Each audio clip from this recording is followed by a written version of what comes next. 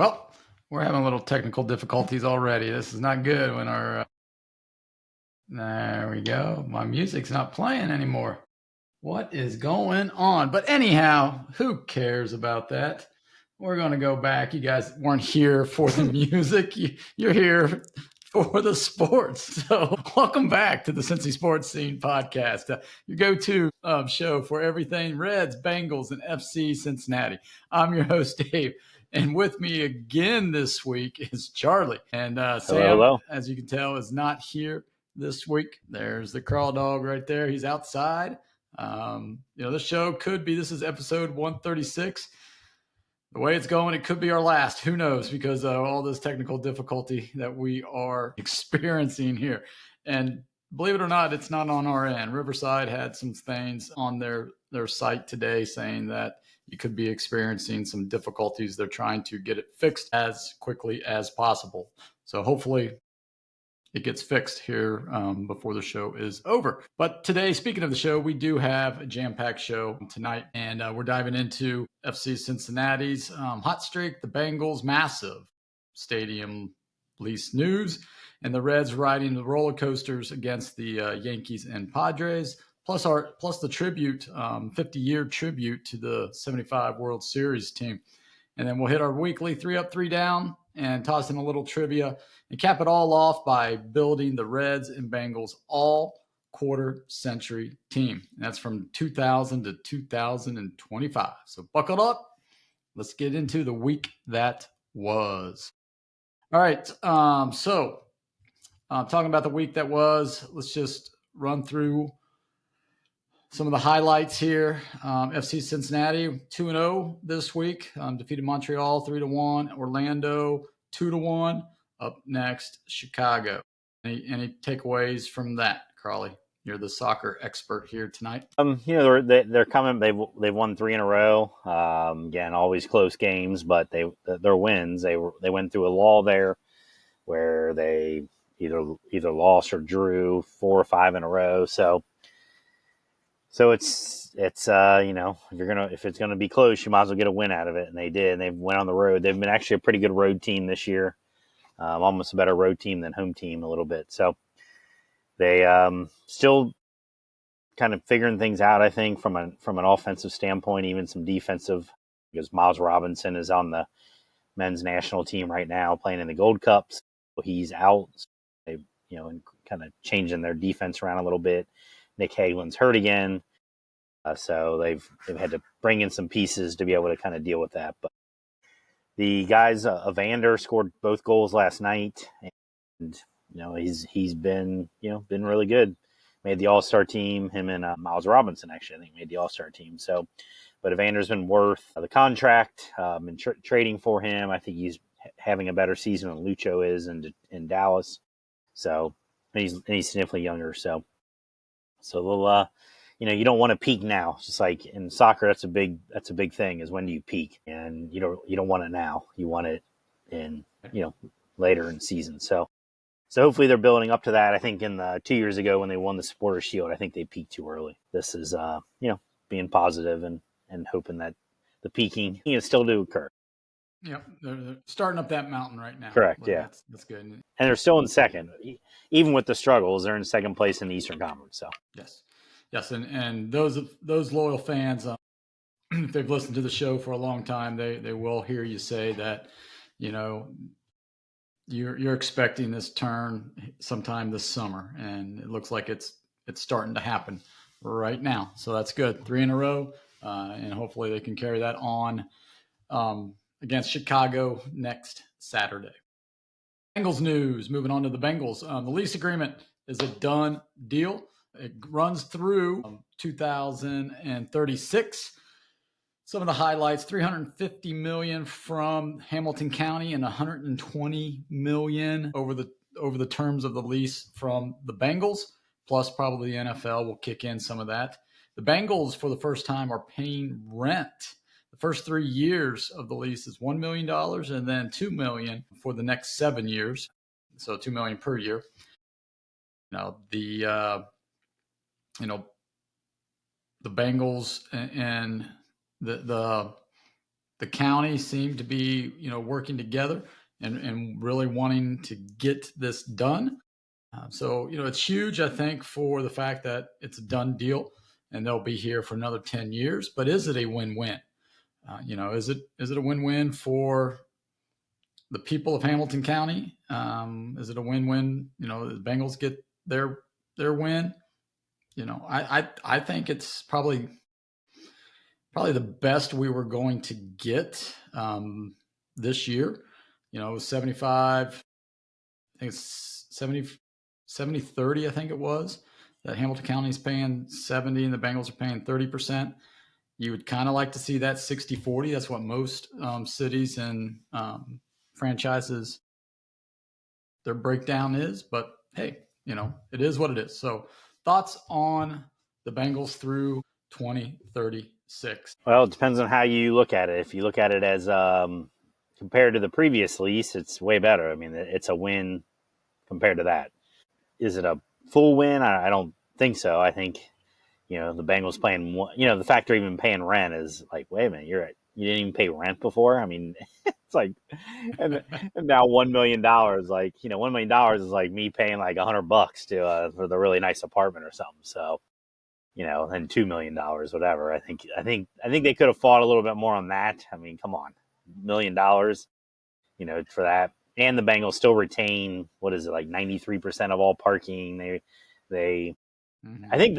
I think one of the biggest things that the county won on was that there's now like a third party coordinating the non-game days. I think that's a big one. Yes. I mean, the fact that the Bengals have any say in non-game days, that would have been a starter for me if I was part of the negotiating team, which obviously I wasn't. I would have been like we don't move forward 1 second if we don't get full control of non-game days and what we want to do. It's our stadium. It's a county stadium. Right. If you want to be the Bengals stadium, fine. Then you pay for 100% of it, and we'll be fine with that. I saw like a letter in the Inquirer about that.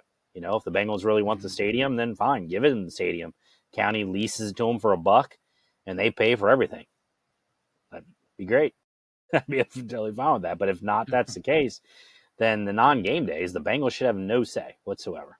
So that's where I get annoyed, that part of it. But yes, it's better than it was because it couldn't be much worse. I mean, yeah, I tend to agree. The other, that's what I was one thing I did forget to mention in the lease was that the fact that the Bengals, that is correct. All right. The next question.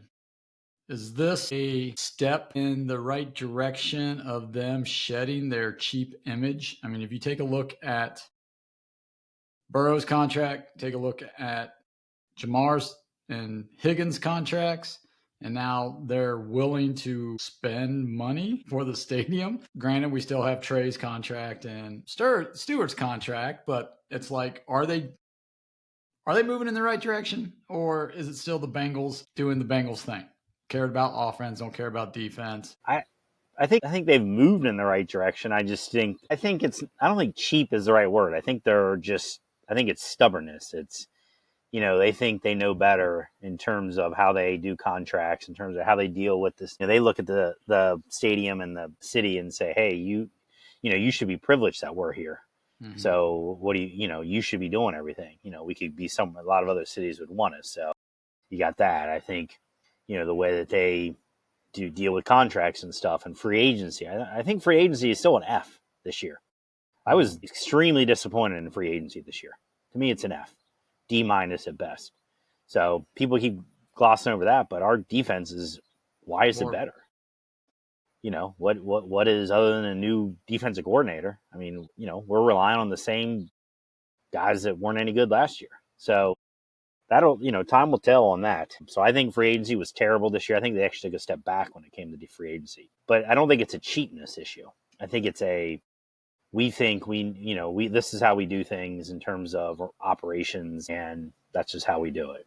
And so we're not going to completely change from that. They've made little inroads, sure. I mean, they used to not even participate in free agency.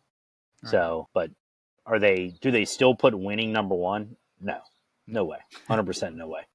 Well, it depends on what you define winning. Winning, putting money in your pocket, then yes. No, I'm talking about winning on the field. Winning on the field. Oh, no.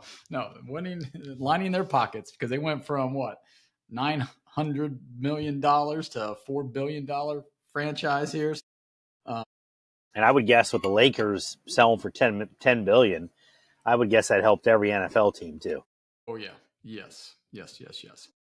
All right, let's move on to the Reds here. A lot to talk about with the Cincinnati Reds. So they took the Yankee series 2-1. And last week, if you tuned in, Sam was really high on the stock of Chase Burns, and his debut did not disappoint. Just fantastic, striking out 5 out of the first 6 batters he faced. It was electric. You were down at the game, Charlie. You want to, when we get through the rundown here, you can talk a little bit about that. They did win this series against the Yankees, and then came back Padres and was looking bleak to win the series, but Willie Beeman, he came through.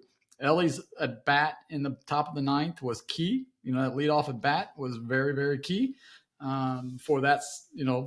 For that to happen. And Willie comes through with the clutch hit to win the ball game, and they take the series 2-1. That's 6 out of the last 7 series wins.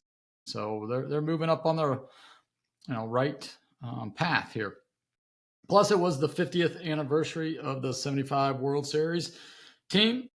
There was a lot of, 23, I think, former players were down at the ballpark celebrating that over the weekend. If you had a chance to get down there or watch any of it on TV, it was well worth it.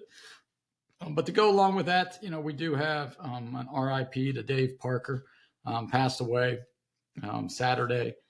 At the age of 74, Parkinson's disease. It's a shame that he passed away only a month before Cooperstown when, he was elected in on the Veterans Committee. It was, kind of a sad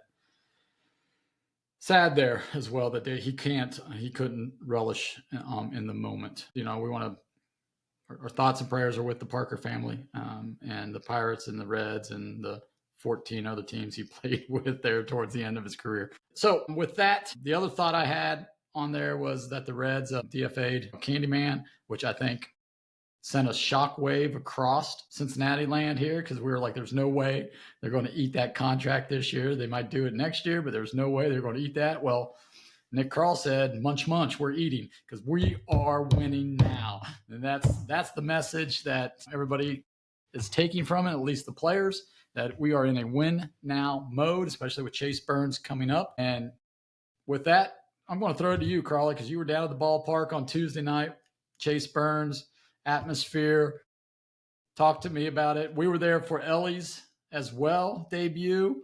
Where does that rank versus Chase Burns? Yeah, and they both all this stuff. Both finished with the walk-off of the Ellie and the Chase Burns. I mean, Chase Burns was, you can't ask for much more in a debut facing the Yankees. I mean, they weren't like facing the White Sox or anything. So you're facing the Yankees. It's 3-4 former MVPs in their lineup. Even though outside of those guys, their lineup really isn't that great this year. So, but still the Yankees are still whatever 10 games above 500, somewhere in there.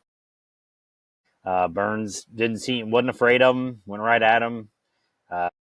He went 5 innings. The guys I was with, we were trying to predict. We each predicted how many innings and how many strikeouts in that time. And I said 5 innings and 7 strikeouts, and he had 5 innings and 8 strikeouts. I know they're going to keep him, definitely on a pitch count. Even in the minors, they were doing that. 5 innings, I think he had 83 pitches, 85 pitches, something like that. Something like that. So there was, it was pretty sure he wasn't going to coming into a 6th inning. So I would suspect that about what you're going to get, unless he, maybe 6 innings if he's more pitch efficient. But he throws strikes. I think he didn't have a lot of walks, a couple walks maybe. So crowd was really into it all game. There was a lot of factors. Burns getting his start. Yankees being in town. Decent number of Yankees fans. Way more Cubs fans in Cubs games though than Yankees fans. So they're still more annoying. The crowd stayed in it definitely. And then when the Reds came back and won it in the bottom of the 11th, I thought for sure when the Yankees scored in the 11th that was going to be it. Like Reds just don't come back. And then they came back in that game. and then they came back again today. So maybe the tide is turning a little bit on the because they were 0 and 30, 0 for 30, and it's Something like that. down in the sixth inning coming from behind. So they've had two in the past now, a couple, 5 games. Yeah. So yeah, things are pointing up. The Tito effect maybe is, over the course of a season is happening, and we'll just have to see. So what do you think of the Candyman going bye-bye? Oh, the Candyman, yeah, I was shocked. I was, I'm not upset at all, but I was No. definitely surprised. I figured he'd be this year. They'd keep him this year, see how it played out. I have a feeling Tito just said, "Where am I playing him at? I mean, who's he going to play over?" It's not like the Reds are crushing. Every player in the starting lineup is crushing it. So, so it's like, but still, he's not playing. And when Marte comes back, it was even going to be more difficult. So, I think that was part of it. Is just like, do we have this dude sitting on the bench taking up a spot? And I guess they decided not. Shocked, but not upset by it. He was not good the entire year and a half. And it was funny because on X there, they, when it happened, everybody pretty much the same thing. We're shocked. Good riddance, blah, blah, blah, blah, blah. And then, we lose a game. It wasn't the next game, but I think it was the second game of the series to the Yankees or whatever it was. We lost. And of course, Reds fans being Reds fans, they're like, we got to get rid of, we should have kept Candy because he's better than Espinal or CES. I mean, they're not giving us anything. They can't be happy for a minute. Once something goes wrong, people of Cincinnati just want to bitch and complain about everything. And it's like, you know what? Shut up. We got rid of. They're doing something that all of us didn't think they were going to do. Be quiet about it, right? Just be quiet about it. This is what we got. And they play the roles. Espinal is the backup infielder. He's playing too much. I mean, right now for sure, and he wasn't meant to play every day, and he is because of the injuries and things. So I mean, when Marte comes back, you're hoping he takes third again, and Espinal becomes what he should be, which is he can play second, short, or third very well, better than probably the guys that start there in terms of defensively. So that's his role. CS, sure, he's definitely still a big question mark. But, you got to see what you got with him. So you got to play him, or at least play him semi-regularly. Candelario shouldn't be taking at bats from CS right now, maybe next year or whatever, but you still got to see what he's, if he's major league caliber. Right now he's, to me, a 4A player, even though he had a big hit on Tuesday. Mm-hmm. But, that's come far, whether he's been injured or whatever, he hasn't done much. So, but he's still young, so we got to see what he's got. Right. Yeah, so that puts the Reds at 44-40. They're 5 games back. The little, I guess, if you want to call it misconception there, winning 6 out of 7 series. In our last 10 games, we're 5-5. We're 500. It's like, a couple of, before the Yankee series, I think we were 7-3 going into the Yankee series, and now we're 500. 5-5 in our last 10. But it is. We're doing all right. We're 5 games out of first, and we are 2.5 from the wild card. So everything's still in play. We're in it. And we're in it, and we're in it to win it. Let's do it. I mean, we got the All-Star break. What, like 2 weeks or so? 2 weeks. Yep. And the trade deadline. So all you can hope for is the for the team like the Reds, the All-Star break games still are meaningful right. as you come out of the All-Star break. Now, I'll be more shocked if the Reds actually do any real work at the trade deadline than I am shocked about Candelario being released. Yeah, if they bring in a big outfield bat. Just anybody of any, not Sam Moll level, but yes. Yeah, I'm saying anybody of high quality that they're willing to give up some prospects. And I would drive Chase Petty to whatever city they need to trade him to. I don't think he's going to be very good. I don't care. I know he's young and all this stuff, but I think you saw Chase Burns pitch and you saw Chase Petty pitch, and I think you're getting a sense of long term even what's going to be. That's just my guess. So I would drive him wherever he needs to go. I think if you look at it, Burns had college, but I think Burns is just a way better pitcher. He is a way better pitcher, but he had that college experience, the oven put you through some big game experience and those type of things. And coming from high school, working your way up, yes, but it's one. Yeah, I mean, I if a right-handed power bat comes back, somebody who can hit left-handed pitching, I'd be shotgun with you, Carly. Taking them wherever. Let's go. All right, moving on. The Reds, they have the Red Sox and then the Phillies. Another tough series. They're going to have to step up against, and it seems like Burns starts against Crochet, a really good left-hander. So what it is. It is what it is, and the Reds have to keep on winning. So speaking of that, let's go up with our 3 up, 3 down. Give me, since Sam's not here, just give me, if you got 3, go ahead. You can give me 3 who you're watching. Or if you just want to give me 1 or 2, and then 1 who you want to fade. Yeah, obviously Chase Burns, that's a big one. I know Sam talked about him last week. Nick Martinez, who I talked about last week, is just kind of being weird, and just using him in relief seemed to help him. I mean, he went in the 9th inning with a no-hitter, so maybe that's the key with him is you got let him throw a legitimate 1 or 2 innings during the week, and then he comes back and starts. I don't know if somebody could do that. But who in the heck is Ricky Vaughn, whatever the guy's name is? It's like, do you think he could have caught that? Do you think he should have tried? Oh, the guy that that was a bad effort. Yeah, Ryan. I think his name's like Ryan Vilade or Vilade or something. He needs glasses out there to track. Yeah, he didn't. I don't know. He should have crashed into the wall. I mean, even if he's not even close, he should. Right. You should look like you're putting in max effort and just crash into the wall. Especially your first game up with your new first club. time in the team. Yeah, and I'm not totally sure about Tito putting him out there. That tells you something about the Reds outfield, though.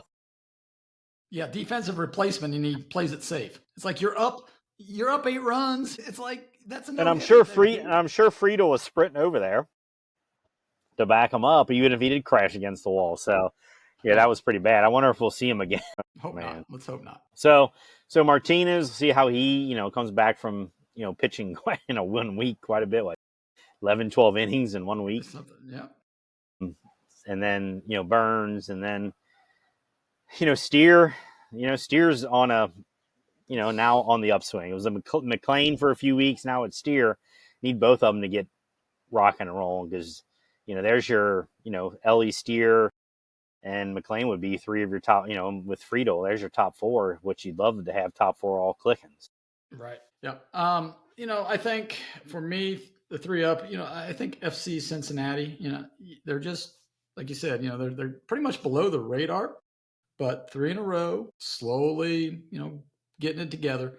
So, I'm going to buy, at least watch it, not sell them, but just watch, see where they go. And, next week here, still waiting to see a little more offensive output, but hopefully that'll be coming here sooner than later. Chase Burns obviously is a stock that you want to buy now. And then, the last one, man, I don't know if, I had McLean last week, and I don't know if, Spencer Steer, I do like that one, but I think Will Benson. I gotta take a look on Will Benson just because Fraley getting that cortisone shot, torn labrum in his shoulder. He wants to play through it. I think Will Benson's going to get the majority of the playing time against right-handed pitchers just because I don't think Jake is going to be able to muster through it.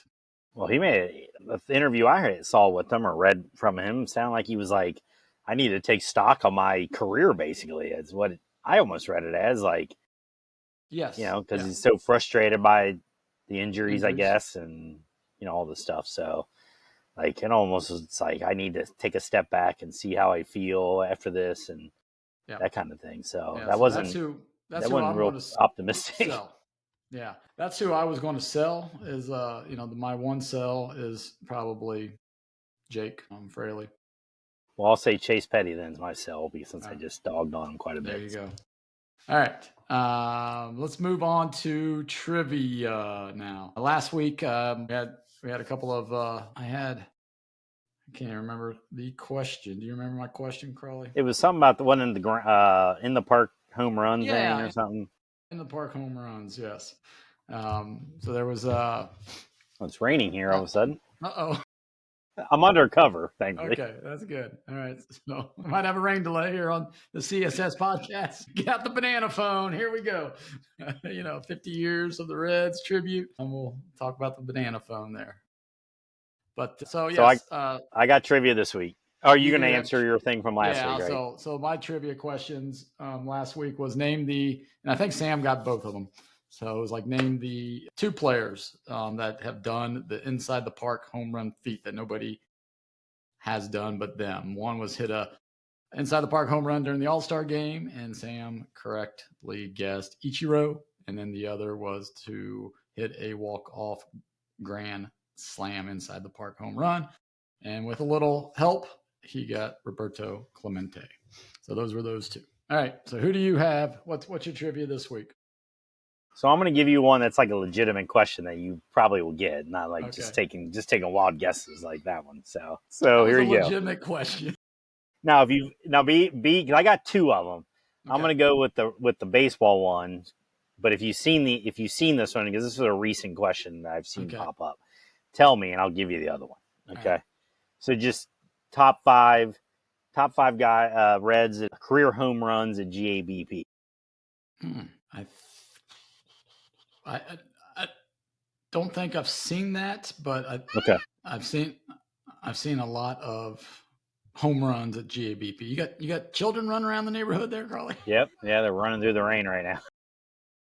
I was like, wait a minute. You're getting the full neighborhood right now. That's rain, awesome. Kids on bikes and nothing better than summertime in Cincinnati.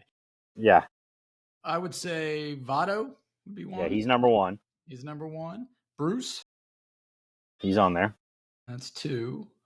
Great American Ballpark, right? So that was 2003 forward. Let's see. Is Brandon Phillips on there? He is, yeah. He's number 4. He's number 4. Bruce was 2. I don't think Frazier played long enough, but he might have. He's Frazier? Not on there. Dunn isn't on there because he didn't play in Great American Ballpark. No, Dunn's he's number 3. Is he really? Yep. How many years did he play there? Enough to have 126 home runs. Wow. So at least 3 or 4. And Griffey then? I think they traded Dunn in 2007. Didn't they trade Griffey and Dunn the same year? Maybe. So I think it was 2007. So Dunn at least had 3 years, maybe 4. Griffey's not on. Griffey's not on there. Oh. So I'm missing number 5 then. Correct. Yep. And this person has 99 home runs at GAB. David Duvall. You mean Adam Duvall?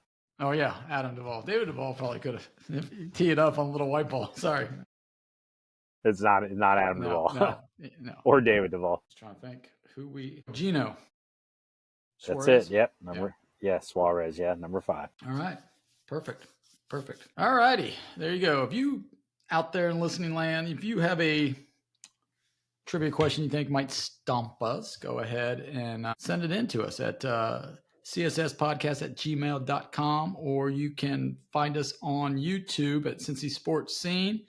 And then on this video, episode 136, go ahead and put your question in the comments for us. And then we'll read it on the air and see if we can get it. All right. Since this is 2025 and it's been a quarter century since the Reds and the Bengals here, we're going to come up with our all quarter century teams. And the way we're going to do this is we're going to go back and forth as quickly as possible and give you our teams. So Charlie wants to start with the Reds first. We'll just go around the horn. Probably a lot of them are going to be the same, and we might have a couple of surprises on there that might surprise one of us, and we probably will forget somebody as well. But we'll go first, second, short, third, catcher, left, center, right. Then we got the DH, starting pitcher, relief pitcher, closer, and then I had a pinch hitter, a right-handed pitch hitter, and a left-handed pitch hitter. Oh, So okay. I didn't have all that. all right, so I have one extra guy, so I'll make him the DH. And there I you have go. one starting pitcher, one reliever. All right, that sounds perfect. We'll just do that then. Okay. All right, so let's go first base. Who do you got? Obvious. First base, Votto. Votto. Yep. Second base, another obvious one, I believe. I have Phillips. Yep. Shortstop. That was a little tougher. I went with Cozart. Okay. I was thinking Cozart, but I went with Ellie just because. That was the two, yeah. Yeah. I just think just because Cozart's done more, so. Yeah, but I'm just looking at, okay, with this veteran team I have and this leadership of Votto and Phillips and a couple other guys, I think De La Cruz will really blossom because he doesn't have to do it all. That's why I went. Yeah, no problem with Ellie. Yeah. Third base, this one, I was going back and forth. You named him in the trivia question. I ended up going with Suarez. It came down to him or Frazier, so I went with Suarez. And I like the Todd father, but I went with Suarez as well, just because I think that was the better of the two. Catcher, this I went with. There was no standouts here, so. No, but I went with the one guy that probably had the best single season out of all the catchers, and I went with Devin Mesoraco. If it wasn't for injury, if it wasn't for injury, I think that's who I went with. I did not go with Mesoraco because it's just how short his career was. I went with Barnhart. Had a couple Gold Gloves, so quite a few years. So, all right, now the outfield. Let's go. Why don't you go around the horn? Go left, center, and right. Well, before we get to the as we start doing the outfield, I realized, man, our outfield sucks. Like 25 years of outfield, and this is the best we got. I mean, these guys. I mean, these guys would not make the top outfield of hardly any MLB teams for the. Now, if you talk about the 90s, that's different, but not with the three I got. There was. Yeah, go ahead. I'll just give them all to you, and then you say what your thoughts are. So, I went left field, Big Donkey, Dunn. I went center field, Griffey, and I went right field, Bruce. Okay. All right. I mean, yeah, that was my thought as well. But I went with Duvall in left. I went with Cincy in center. In one season. One season, man. But that tells you even worse. Yeah, I know. But you talking about an on-base machine, something that we're missing now. I tell you what, wouldn't you love to have him back in a Reds uniform? And then I went with Bruce as well. So, and because my DH was Dunner, and then I had like a left-handed hitter, I had Griffey as that. That's why I didn't have those guys. I didn't have those outlets. Yeah. So that's why I went there. But you know what? As I was going over this and you talking about how bad it was, I'm just looking like we had Chew and we had Josh Hamilton. If we would have kept those two guys in their careers, and those careers took off like they did for the Rangers and stuff, that would have been a really good outfield along with Bruce out there or Griffey or. Yeah. The Josh Hamilton thing, I don't know. I guess they were just so scared of that he was going to fall off, fall off the wagon. And he eventually did, but not until after he was an MVP. And I think the following year, the year they traded him as MVP, or was it 2 years later? 2 years later, I think. But but he still had great couple years. Well, now this is all hearsay, right? But Junior and Dunn did not like him because he was, he had his own babysitter. So Naren's brother. Yep, Naren's brother, Johnny. That's right. It was Johnny. Johnny and Jerry. God, all right. Who do you got for your starting pitcher? I went with Cueto.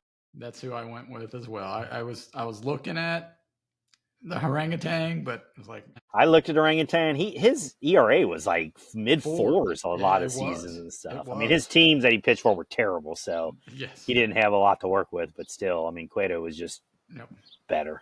Yep, he was relief pitcher. They have a lot of closers over the 25 years. They had a lot of them. I went with Chapman. I think he was just the most talented of them.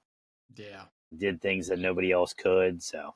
Yep, I had Chapman as well as my closer. My setup guy was babyface assassin Danny Graves, but Remember, he started at the end of his Reds career, He did. He did. which I had forgot about until I was looking at at his stats. Yeah, Scott Williams and Solly and all those guys.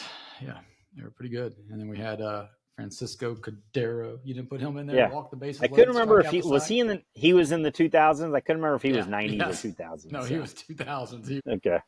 It was him, and then big Jonathan Broxton. Yeah, they had a whole crew of them. They did. All right, so we're going to move on to the Bengals here. The way we're going to do this, we'll just go back and forth real quick. Quarterback and running back, wide receiver 1, 2, and 3. And then we'll go and give our entire offensive line. And then we'll move to the defensive side of the ball. So quarterback. You want me to go start, or yeah, you going to go? You go ahead. I went with Burrow. Yeah. Even though Dalton was pretty good for us. Yeah. And Carson Palmer was here too during that time. But I think Burrow's the man. Yep. Your running back 1. I went back and forth on this one between a couple guys, and I ended up going with Corey Dillon. He did a couple, he had some 98, 99 years. Yeah. But I went with him. I think just overall, he was the best running back. That's a good pick. I went with somebody a little bit later. I went with Rudy Johnson. Yeah, that was who I was going back and forth with. Yep. Yeah.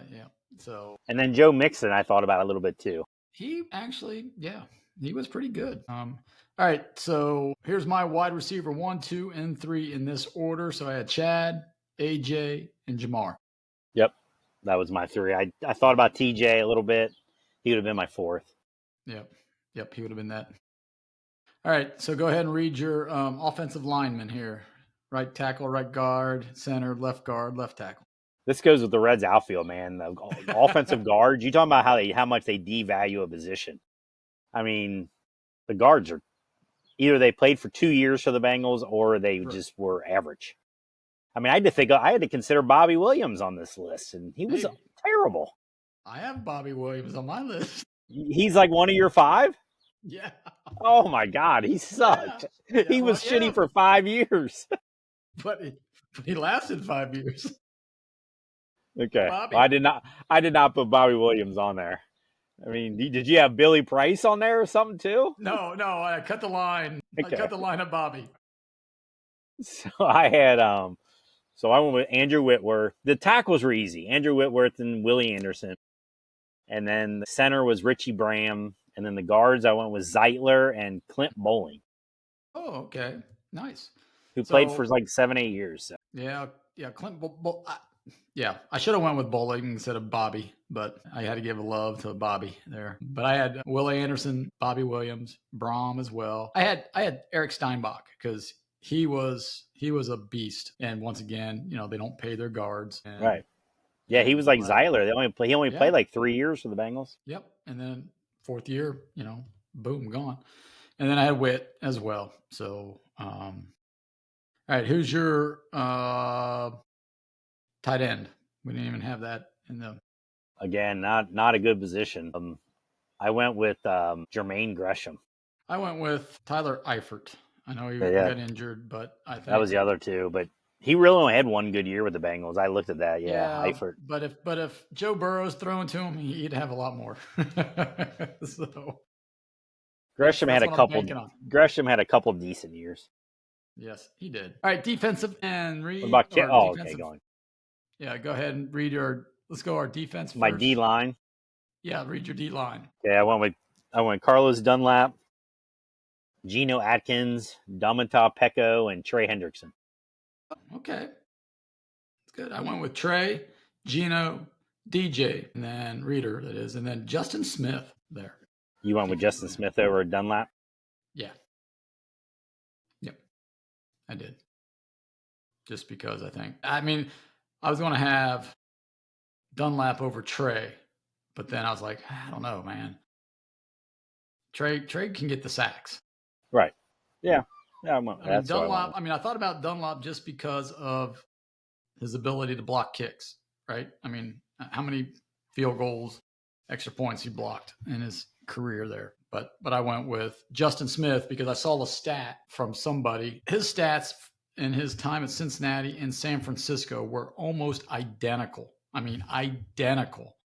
He got no love in Cincinnati, but he was an all-pro in San Francisco for like 4 out of the 6 years he played for. And it's just like, that's why we're doing this podcast, because nobody loves Cincinnati like we love Cincinnati. So let's take that, Stephen A. All right, so let's move on to our linebackers. Who do you got there? This is like the offensive line group or offensive guard group. This is not a good group. There are some good ones there. They're not. These guys would not. Again, if you went to 90% of the other NFL teams and did the same thing, I bet they wouldn't make it. None of them. None of the three that I have. Maybe you came up with better ones than me. Okay, well, I have Brian Simmons, Vontez, and Ray Maluga. Yeah. I mean, I have Simmons on mine. And I put Logan Wilson because I think Logan... And he's average. He's average, but he's... But so is Maluga, so I'm saying. Yeah, but yeah. I mean, if you look at all the linebackers of today, where you think that Logan Wilson's a top, what? Is he top 40 linebacker in the NFL? Probably not. I mean, maybe, but maybe. I mean, he can cover. He can cover. A lot of linebackers. Yeah, I'm talking comparatively. I think this group is pretty bad. And then I had Takeo Spikes. He only played like 3 years ago with the Bengals. I looked at that too, and he actually was an All-Pro. He never was an All-Pro for the Bengals. He was an All-Pro for the Bills. Yeah, you're right. When people leave Cincinnati, they get recognized. I know he was. One of my cornerbacks, the same thing happened. I think pretty much my entire Justin Smith had happened too. Yeah, that's what I was saying. Justin Smith. It was just like the stats were identical. But all right. So let's go. I'll read my secondary. So at cornerback, I have Will Jackson III, and then the other cornerback, I got Jonathan Joseph. Strong safety, I have Jesse Bates, and then Reggie Nelson for my free safety. I have 3 of those. I have Leon Hall instead of Jackson. Okay. All right. I can live with that. All right. Kicker. I went with Golden Graham. Yep. I agree there. I was between him and Money Mac, and Money Mac hasn't been producing. No, the bank has been closed last year or so. Yep. He's on a bank holiday. A punter, Huber. Yeah, I mean, that was maybe the easiest one of any of them. Yeah. And then kick returner. Did you get that one or not? Maybe Peter Warwick. Was he in the 2000s? He might have been. I was going to put Pac-Man just because then if... I wasn't picking Pac-Man for anything.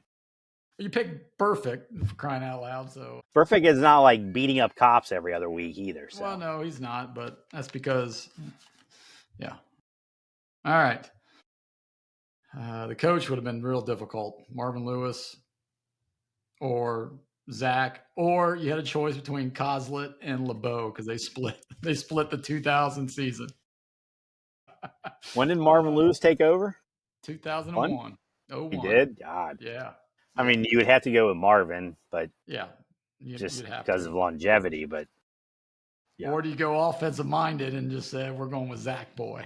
He got us to the Super Bowl, for crying out loud. So Marvin didn't. So he didn't win a playoff game.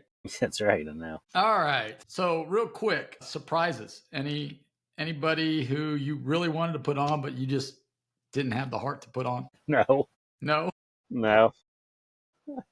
I mean, there were a lot of guys I considered, but there was nobody that I was like, Takeo Spikes. I mean, again, I definitely considered him. He was better than Maluga, but I just didn't put him because of his longevity. Maluga had a lot more years and tackles and everything. So maybe Takeo would have been one. But other than that, I mean, like I said, TJ Hushmanzada, he was really good. Yeah. Because, it was a 7th round pick, and he was my number 4. I originally didn't even put AJ Green on there. Then I went back and looked. I was like, wait a minute, AJ Green needs to be on there.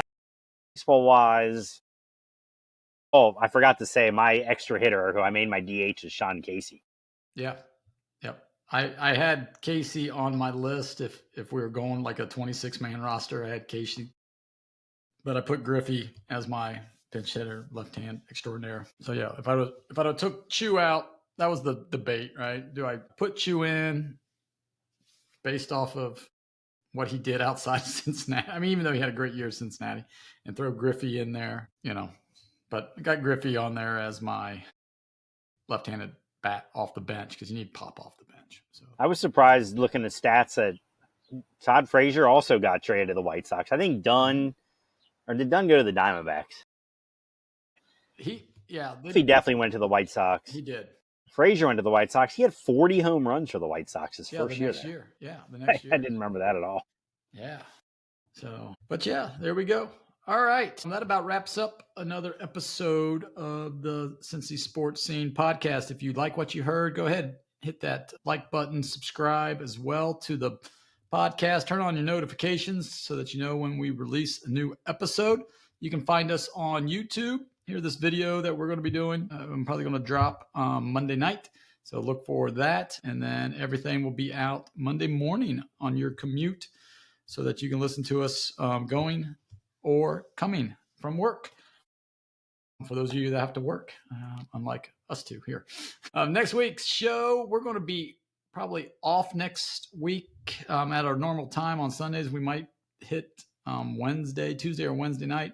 Just depends on the schedules, but it will be, we're going to do a little Reds lineup swap. We are going to look at the 2010 Cincinnati Reds lineup, starting lineup, and the 2025 starting lineup, and see if we would swap anybody per team and come up with a one lineup there that could beat the Giants, etc. So for Sam, who's not here, Charlie, I'm Dave. Everybody, thanks for tuning in. Have a great one. Take care, everyone.